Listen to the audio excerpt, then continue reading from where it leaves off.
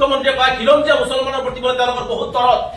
মই হিমন্ত বিশ্ব শৰ্মা ডাঙৰীয়াক প্ৰত্যাহ্বান জনাইছো, শ্বেতপত্ৰ প্ৰকাশ কৰক শদিয়াৰ পৰা ধুবুৰীলৈকে আপুনি কোৱা খিলঞ্জীয়া মুছলমান কিমানজনক বসুন্ধৰাত মাটি প্ৰদান কৰিছে, কিমানজনক কিমান বিঘাকে মাটি প্ৰদান কৰিছে। যদি বহুত সাহস আছে মুখ্যমন্ত্ৰীয়ে সাহসেৰে শ্বেতপত্ৰ প্ৰকাশ কৰি খিলঞ্জীয়া মুছলমান প্ৰতি দৰদ দেখুৱাওক। মুখ্যমন্ত্ৰী এটাই লক্ষ্য, ধুবুৰীৰ পৰা শদিয়ালৈকে সংখ্যালঘুসকলক বিভাজন কৰিব আৰু সংখ্যালঘুৰ নামত সংখ্যালঘু মুছলমানক বিভিন্ন প্ৰকাৰে ভাগ কৰিব আৰু তেওঁলোকক অৰ্থনৈতিকভাৱে দবাবলৈ চেষ্টা কৰিব। কোনো মুছলমানক এটা ভাল নাপায়। তেওঁৰ টাৰ্গেট হৈছে অসমৰ মুছলমানক অন্যায়ভাৱে প্ৰতাৰণা কৰা, অন্যায়ভাৱে অত্যাচাৰ কৰা অসমৰ ধৰ্মীয় সংখ্যালঘুসকলক। গতিকে চৰাঞ্চলৰ মাটি জৰীপ কৰাৰ লগতে চৰাঞ্চলৰ মাটিৰ পট্টা প্ৰদানৰ আমি দাবী উত্থাপন কৰিছো। দ্বিতীয়টো কথা হৈছে ইয়াত ৱাকফ বোৰ্ড। এই ৱাকফ বোৰ্ডৰ সম্পত্তি আমাৰ পূৰ্বজসকলে এই পিছপৰা ধৰ্মীয় সংখ্যালঘুসকলক চাচাৰ কমিটিৰ প্ৰতিবেদন মতে এই পিছপৰা সংখ্যালঘু জনগোষ্ঠীটো হৰিজন জনগোষ্ঠীতকৈ তেওঁলোকৰ লিভিং ষ্টেণ্ডাৰ্ড ইমানে তলত আছে। গতিকে সেই জনগোষ্ঠীৰ নিজৰ পৈতৃকভাৱে তেওঁলোকৰ পূৰ্বজসকলে এই মাটিখিনি আমাৰ সংখ্যালঘুসকলৰ উন্নয়নৰ কাৰণে দিয়াৰ ব্যৱস্থা গ্ৰহণ কৰিছে। আৰু এই মাটিটো এই ৱাকফ বোৰ্ডৰ সম্পত্তিও এতিয়া চৰকাৰে জিলা আয়ুক্তৰ জৰিয়তে তেওঁলোকে নিজৰ হাতত লৈ ইয়াক লুণ্ঠন কৰিবৰ কাৰণে এটা বিল আনিব বিচাৰিছে। ইয়াৰো আমি তীব্ৰ বিৰোধিতা কৰিছো। আমি কোনো পদ্ধতিতে এই বিল পাছ হবলৈ নিদিওঁ। ইয়াৰ আমি তীব্ৰ বিৰোধিতা কৰি যাম। এই সম্পত্তি আমাৰ পূৰ্বজসকলৰ সম্পত্তি। এই সম্পত্তিৰ অধিকাৰ কেৱল যিসকল সংখ্যালঘুৰ ওপৰত ন্যস্ত কৰা হৈছে তেওঁলোকে পাব। ইয়াত কোনো ধৰণৰ চৰকাৰী হস্তক্ষেপ আমি কোনো পদ্ধতিতে মানি নলওঁ। লাষ্টত আৰু এটা কথা আমি আপোনালোকক কৈছো, সবকে সাথ সবকে বিকাশ সবকে বিশ্বাস। এই কথাটো মুখ্যমন্ত্ৰী দলেও কয়, মুখ্যমন্ত্ৰীও কয়, প্ৰধানমন্ত্ৰীও কয়।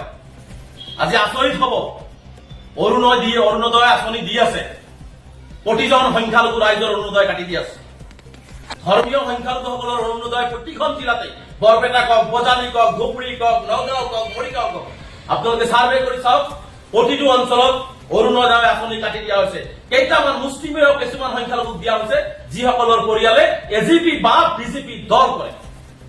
এজিপি বা বিজেপি দল কৰে, তেওঁলোকৰ মুছলিমৰ ধনী লাগিলে তেওঁলোকে ধনী হৈ থাকক, তেওঁলোকে কৰোড়পতি হৈ থাকক, হাজাৰ হাজাৰ উদাহৰণ আছে।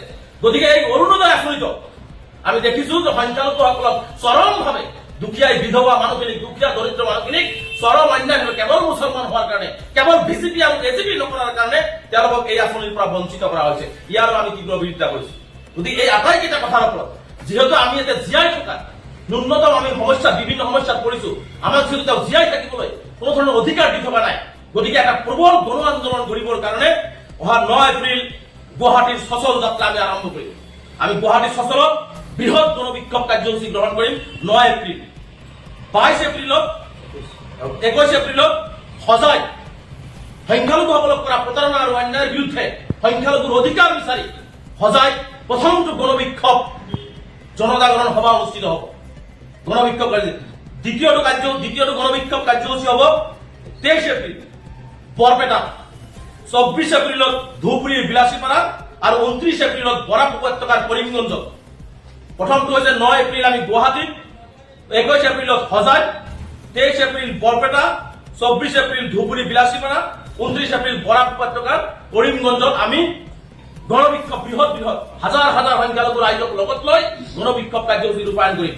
আৰু এই ক্ষেত্ৰত মই ধৰ্ম নিৰপেক্ষ সাম্প্ৰদায়িক শক্তিক প্ৰতিহত কৰা প্ৰতিজন সংখ্যাগুৰু, বুদ্ধিজীৱী ৰাইজ, সাংবাদিক বন্ধুসকলৰ লগতে সংখ্যালঘুসকলক বিভিন্ন দল, সংগঠন, ৰাজনৈতিক অৰাজনৈতিক সকলো ব্যক্তিক সংখ্যালঘুৰ অস্তিত্ব ৰক্ষাৰ স্বাৰ্থত আমচুৰ এইকেইটা আন্দোলনত স্বতঃস্ফূৰ্তভাৱে অংশগ্ৰহণ কৰিবলৈ আমচুৰ ফালৰ পৰা আমি বিনম্ৰতাৰে অসমবাসী ৰাইজৰ লগতে সংখ্যালঘু সমাজক আহ্বান জনালো।